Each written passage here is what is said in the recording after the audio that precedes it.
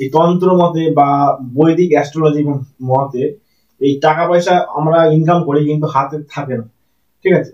এরকম মানুষের প্রায় মানুষেরই আর কি হয়, মানে 100 জনের মধ্যে 90% মানুষের মধ্যে এরকম আর কি হয় যে টাকা পয়সা ইনকাম করে কিন্তু টাকা পয়সা ধরে রাখতে পারে না।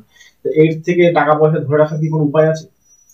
দেখো, টাকা পয়সা প্রথমে আমি লজিকে আসি, তারপরে তন্ত্রের ব্যাপারে বলবো। আচ্ছা আচ্ছা। দেখো, মেন সমস্যা কোথায় জানো? আমাদের হয়ে গেছে এখন নিডস বিকাম ডিমান্ড। প্রয়োজনীয়তা আমাদের চাহিদায় পরিণত হয়ে গেছে। তার জন্য অর্থ অভাব দেখা দিচ্ছে। দেখো, মানে এভরিথিং রিলেটেড ইচ আদার। আজকে যে আমরা বলি না পারিবারিক সমস্যা, এই সমস্যা সেই সমস্যা, সবকিছু ঘুরি ফিরি কিন্তু অর্থই অনর্থ। আজকে দিনে দেখা গেল আমরা ধরো আমি সিগারেট খাচ্ছি, আমার মেন মোটোটা কি? আমার বিড়ি খাওয়া, মানে তামাকটা, বিড়ি না মানে তামাকটাকে সেবন করা। আমি বিড়ি খেলে আমার একই কাজ হবে কি? আমি সমাজে মিশছি, লোকে বিড়ি খেলে আমাকে ছোট বলবে, হেও করে দেখবে, আমাকে গিয়ে ওখানে দামি একটা সিগারেট খেতে হবে। তো আমাদেরকে নিডস বিকাম ডিমান্ড। তাহলে আমি কি, যেটা বিড়ি 20 পয়সা কি 50 পয়সা হয়, সেটা আমাকে 6 টাকা দামে, মিনিমাম একটা সিগারেটের দাম 6 টাকা। তাহলে আমার রোজগার দেখা গেল দিনে 300 টাকা। আমি নেশা, মানে দিনে মানুষের মোটামুটি একটা সিগারেট খায়, 8টা সিগারেট ধরো দিনে কম করে 50 টাকা আমার ওখানে বেরিয়ে গেল 6 টাকা করে করে। তো নিডস বিকাম ডিমান্ড, এই জিনিসটাকে আমাকে কন্ট্রোলে আনতে হবে। প্রয়োজনীয়তায় বসে, ডিমান্ডে না। ধরো দেখা গেল আমি খাবো, আমার মেন কি? ক্ষুধা নিবারণ করা। আমি কিন্তু রেশনের চালটা একটু মোটা হলো, ওর থেকে আর একটু ভালো কোয়ালিটির চাল আমি কিন্তু খেতে পারি। আমি কারোর বাড়িতে গেলাম, দেখলাম বেশ বাসমতি চালের ভাত বা তোমার জিরাকাঠি রাইসের চালের ভাত, কিংবা বাঁশকাঠি চালের রাইসের ভাত, মানে 60 টাকা 70 টাকা 80 টাকা, যেটা আমার 30 টাকা 40 টাকা হয়ে যায়। আমি ওটা করলাম কি? আমি ওটা 60 টাকা 70 টাকায় করলাম। তাহলে আমার এখানে বেড়ে যাচ্ছে আমার ডিমান্ড, খরচাটা বেড়ে গেল। নিজে খাচ্ছি প্লাস পরিবারকে খাওয়াচ্ছি, তারা অভ্যাস হয়ে গেল। একটা টাইম আমার ব্যবসা বা আমার চাকরিতে কোনো সমস্যা হলো, অর্থাভাব ঘটলো, এবার আমাকে তো ওই ডিমান্ডটাকে পূরণ করতে হচ্ছে, কারণ আমি অভ্যাসে পরিণত হয়ে গেছি। মানুষ কিন্তু জানবে অভ্যাসের দাস। তো যখন আমি সেই ডিমান্ডটা পূর্ণ করতেছি না, পরিবারের মধ্যে একটা চাপা উত্তেজনা বা একটা চাপার রাগ অভিমানের জায়গা তৈরি হচ্ছে, ঘরে অশান্তি বাড়ছে। আমি যখন নিজের জায়গাটা নিজে ফুলফিল না করতে পারছি, তখন আমার মাইন্ড ডাইভার্ট হচ্ছে, আমার মুড সুইং করছে, বাড়িতে কেউ ভালো কথা বলছে, আমার রাগ হয়ে যাচ্ছে, আমি ডিটোরিয়েট করে ফেলছি। তাহলে আমার কি নিডস বিকাম ডিমান্ড। এটাকে কন্ট্রোল যতক্ষণ না করতে পারবে বাবু, ততক্ষণ তোমার কিন্তু সমস্যা। তুমি হাজার তন্ত্র ক্রিয়া করো, কোনো কিছু লাভ হবে না। একটা জিনিস বুঝবে, ওই তখন আলোচনা তোমার সাথে করছিলাম কর্মা, এটা তো একটা কর্ম। যেমন কর্ম সেরকম প্রতিক্রিয়া। আমি ভালো ক্রিয়া করলে আমার প্রতিক্রিয়া ভালো হবে। আজকে যদি আমি একটা সিস্টেমেটিক চলি, যদি আমি আজকে দিনে একটা আমি নিজের মধ্যে কন্ট্রোল পাওয়ার রাখি, আমি কাকে জ্ঞান দিচ্ছি আমার মধ্যেও অনেক সময় হয় না, একটু ভালো বাজারে গেলে একটু দামি মাছ দেখলে না, নিজের জন্য পরে ভাবি, আমি ভাবি আমার ঠাকুরগুলোকে একটু ভালো মাছ দিয়ে আজকে ভোগ দিই। আমি কিন্তু তাকে 200 টাকা দামে কিন্তু রুই খাওয়াতে পারি না, আজকে ভালো একটু বোয়াল এসে মা তারাকে একটু নিবেদন করি, এটা আমারও ডিমান্ড। কিন্তু ডিমান্ডটা সে আমার কাছে কি, সে আমাকে দিচ্ছে, আজকে তাকে সেবা করে ভালো রাখাটা আমার মেন মোটো। আমি খেতে পারলাম না পারলাম পরে, তারা তো ভালো থাকুক। তো আমাকে একটা জিনিস সবসময় মাথায় রাখতে হবে, সম্পূর্ণ আমাদের কন্ট্রোল পাওয়ারটা যতক্ষণ না হবে, ততক্ষণ আমরা কি বলতো ওই রেস কোর্সের ঘোড়া হয়ে যাবো। সকাল থেকে উঠে আমাকে ব্যবসা করলে আমাকে চিন্তা করতে হবে আজকে কি করে আমি আমার ক্লায়েন্টকে ঠিক করবো, বা আমার আজকে যদি কেউ দোকান করে, আমার আজকে যারা আমার পারচেসার আছে, আমার যে ক্রেতা রয়েছে, তাদেরকে কি করে আমি মানে তাদেরকে ভালো কি করে বিজনেসটা বাড়াবো, এই একটা দৌড়। চাকরিতে আজকে কি করে ভালো করে আমার টার্গেট ফুলফিল করব, আমার প্রমোশন হবে, মাইনা বেশি হবে। মানুষ তো এই দৌড়ের ঘোড়া হয়ে গেছে, এর থেকে তো মানসিক অবসাদ তৈরি হয়, ফ্রাস্ট্রেশন তৈরি হয়। এইটাকে কন্ট্রোল তোমাকে করতে হবে। হ্যাঁ, আর দ্বিতীয় কথা হলো, সবসময় বলি বাড়িটাকে পজিটিভ রাখো, কারণ তুমি কিন্তু আলটিমেটলি কর্মের শেষে কিন্তু এই বাড়িতেই আসছো। তুমি যখনই বাড়ি নেগেটিভ হয়ে যাবে তোমার কিন্তু পজিটিভিটি চলে যাবে। তো তার জন্য তোমায় কি করতে হবে, সন্ধ্যাবেলা করে ঘরোয়া পদ্ধতি বলছি, আমরা তো অনেক কিছু ইউজ করি, যেমন আমি কিছু এসেন্সিয়াল ইউজ করেছি, বাইরে থেকে আসে, তোমার তিব্বত থেকে আনাই অনলাইনে, বা আমার ওখানে কিছু চেনাশোনা আছে তাদেরকে ফোন করে আমি কুরিয়ার করে আনাই, তো এসেন্সিয়াল ইউজ করি। কিন্তু সেটা বলছি না, সবার দ্বারা সব হয় না। নর্মালি বাড়ির যেগুলো বলছি এগুলো করুন, ভালো থাকবে। প্রথমত হলো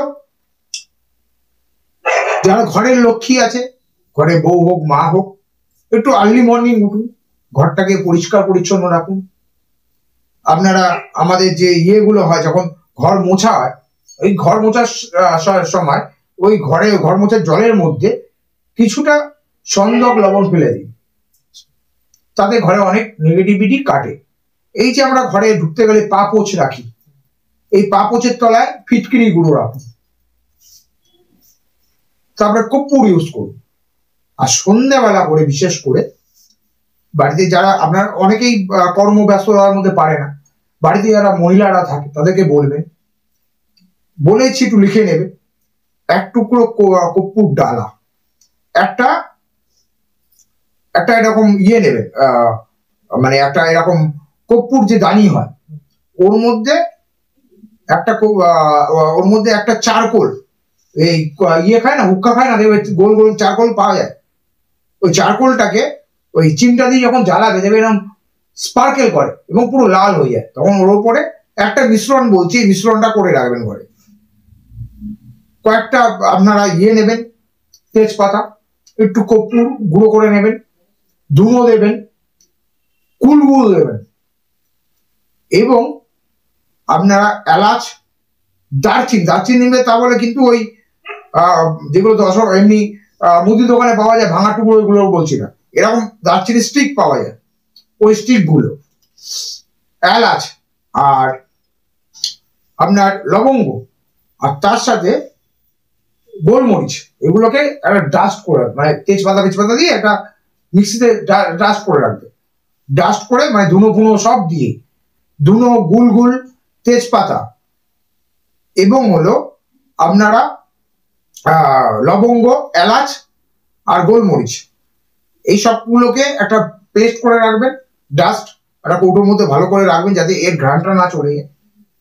ওটা দিয়ে ওই যেটা তুমি মানে ইয়েটা স্পার্কেল করার পর যে জল ছিল চারকোলের উপরে দিয়ে দিন, বা হাতে এবার ঝুনুচিটা ধরবেন ভালো করে, দেখুন ডান হাত দিয়ে এরকম ঠেলে ঘরের চতুর্দিকে, চতুর্কোণে দিন, ঘর পজিটিভ থাকবে। মা লক্ষ্মীর আরাধনা করুন, অষ্টলক্ষ্মী, আপনারা যারা মহিলারা আছেন তারা অষ্টলক্ষ্মী, মানে অষ্টলক্ষ্মীর যে নাম আছে ওটা পড়তে পারেন। আর এদিক থেকে যদি তুমি বলো মানে এটা বাস্তু দোষও কাটে, ঠিক আছে। ঘরে কল, সবসময় বলি কল কিন্তু বন্ধ রাখবে।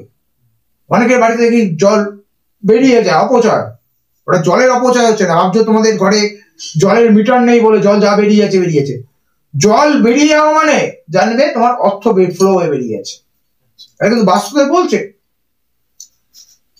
অগ্নি কোণে ভারী জিনিস রাখবেন না।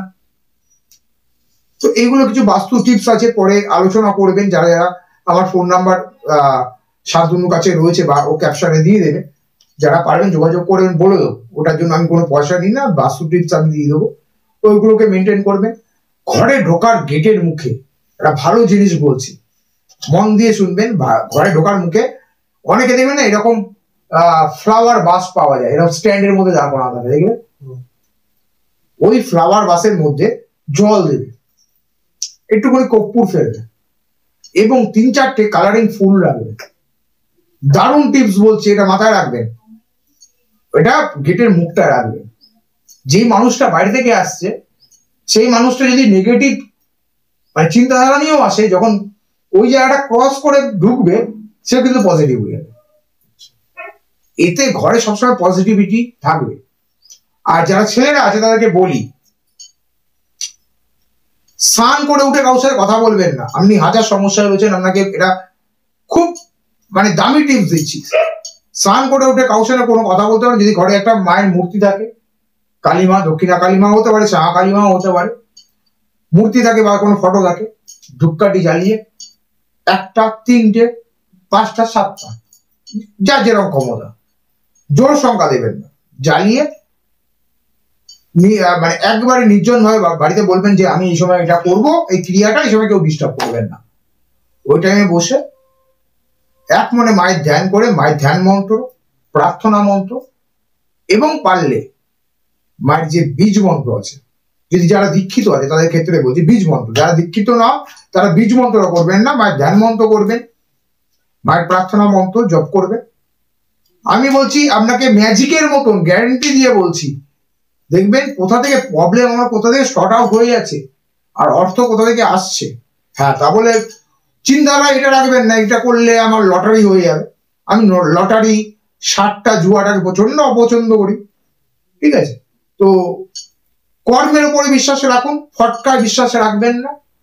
অর্থনৈতিক আপনার গ্রোথ হবেই, কিন্তু সবসময় পজিটিভ মাইন্ডে থাকবেন। সমস্যাকে সমস্যা জানবেন যে জীবনে চলার পথে হাজার দুর্গম পথ আপনাকে পেরাতে হবে, অনেক গাড্ডা, অনেক খানাখন্দ পেরিয়ে যেতে হবে, রাস্তায় পড়ে যেতে পারেন, হোঁচট খেতে পারেন, রক্ত বন্যা বয়ে যেতে পারে, কিন্তু যদি বসে পড়েন ওখানে তাহলে কিন্তু আপনি লক্ষ্যে পৌঁছাবেন না। জানবেন জীবনটা হলো লড়াই বা যুদ্ধ, এই যুদ্ধটা অতিক্রম করতে মনোবল স্থির রাখবেন। আর যদি খুব সমস্যায় পড়েন, যদি সাহায্য চান, নিশ্চয়ই পডকাস্ট শান্তনুর কাছে আমার নাম্বার আছে, নিতে পারেন। শান্তনুর সাথেও যোগাযোগ করতে পারেন, শান্তনুর নাম্বারও ফেসবুকে দেওয়া রয়েছে। নিশ্চয়ই আমার তরফ থেকে, আমার ঈশ্বর, আমার গুরু যেটুকুনি আমাকে শিখিয়েছে, আমার গুরুর বিদ্যায় যেটুকুনি পারবো আপনাদের সাহায্য করব। কিন্তু হ্যাঁ, কোনো নেগেটিভ মাইন্ডে আসবেন না, কোনো খারাপ কাজের জন্য বলবেন না, ভালোর জন্য সবসময় পাশে আছি। নমস্কার। বিভিন্ন দোকানে বা বাড়িতে মানুষ মানি প্ল্যান্ট গাছ রাখে, যে লাকি বাম্বু যেটা বলে, সেই গাছ রাখে একটা কাচের পাত্রের মধ্যে। ওটা ওই গাছ রাখলে কি বাড়িতে সত্যি আর্থিক উন্নতি হয়?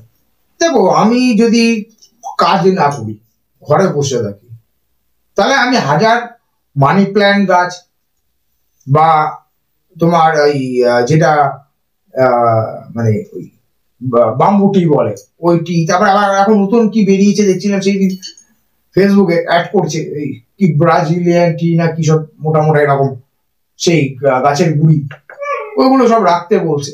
সব ব্যবসা স্টান্ট। আলটিমেটলি বাবু তোমার বুঝতে হবে, বিনা কর্ম না অর্থ না আনন্দ, তোমার কর্ম করতেই হবে। ওই আমি বলে দিলাম হাতে 10খানা আংটি, এই লোকে আমার হাতে আংটি দেখবে, এগুলো কিন্তু আমি বলবো না শোনার। লোকে ভাবতে অনেক লোকের মারছি, অনেক টাকা রয়েছে, না বাবা, হাতে সোনা পড়া পড়ি। আমার বউয়ের খুব ইচ্ছা হয়েছে যে হাতে একটু পড়ো, নালে হাত খালি খালি লাগে। তো ওই রাজের আপ্পা গেছিলাম, ওখানে 20 টাকা করে বিক্রি হচ্ছিল, যে না হাতে ভাল লাগে, পড়েছি, 2 দিন পর রং উঠে যাবে, ফেলে দেবো।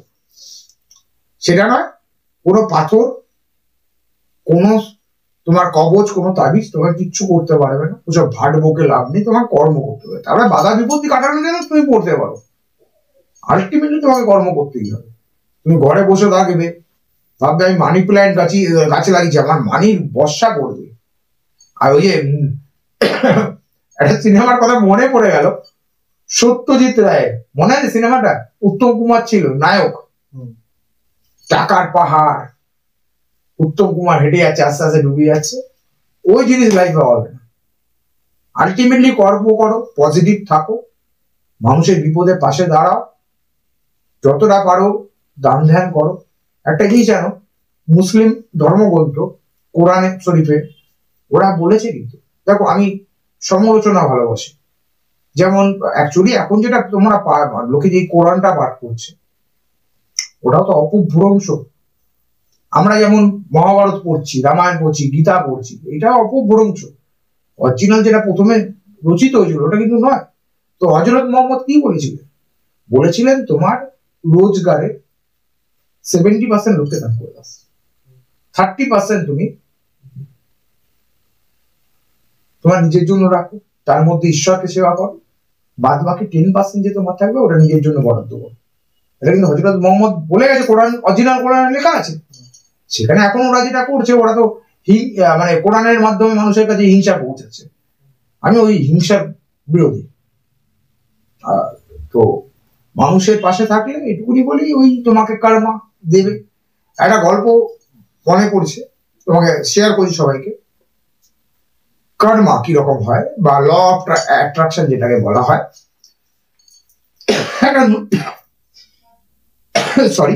একটা নতুন দোকান খুলেছে, মিষ্টির দোকান, মিষ্টি আরো খাদ্য সামগ্রী রয়েছে। দোকানটা চলে না। হঠাৎ একদিন একটা ভিখারি এসছে। ভিখারিটা রোজ দোকানের বাইরে বসে থাকে। তো আস্তে আস্তে দোকানে বিক্রি বাড়ছে, আর ভিখারিটা ভেতর থেকে লুকিয়ে গিয়ে খাবার চুরি করে পালিয়ে যায়। তো সিসিটিভি ক্যামেরায় মালিক দেখেছে, মালিক কিছু বলে না। একটা তার যে কর্মচারী, সে ভাবছে মালিককে বাঁচালে আমার 2 পয়সা রোজগার বাড়বে। মালিককে বলছি মারবো মারবো বলে চলে গেছে। মালিক বলছে কি হয়েছে? বলছে এরকম রোজ চুরি করে। ওকে সাইডে নিয়ে এদিকে কি হয়েছে? কর, চুরি করতে দে। বলছে কেন? বলছে কারমা, ল অফ অ্যাট্রাকশন। কেন? ওই চোরটা কিন্তু নিজের ক্ষুধা নিবারণ করার জন্য চিন্তা করছে দোকানে ভিড় বাড়ুক, তাহলে আমি তার ফাঁকে গিয়ে চুরি করবো। বুঝতে পারলাম? দোকানটার বিক্রি বাড়ুক, আমি তার মাঝখানে গিয়ে চুরি করে খেতে পারবো। তাহলে ভিড় বাড়লে তার তো অর্থ আসছে, ও ক টাকা খাবার খাচ্ছে। তো এইভাবে যদি তুমি তোমার জীবনধারাকে একটা গতির মাধ্যমে চালাতে পারো, যদি তুমি একটা লাইফের একটা যদি তুমি ইনফ্রাস্ট্রাকচার তৈরি করতে পারো, বা একটা বেসিক প্যাটার্ন তৈরি করতে পারো, আমি বলছি হয়তো তুমি বিশাল বিলাসিতা বা বিলাসবহুল জীবন ভোগ করবে না, কিন্তু আর্থিক স্বাচ্ছন্দ্য এবং সচ্ছলতার মধ্যে দিয়ে জীবনের অনেক অনেক বাধা বিপত্তিকে পেরিয়ে শান্তি এবং সমৃদ্ধিতে বাঁচবে।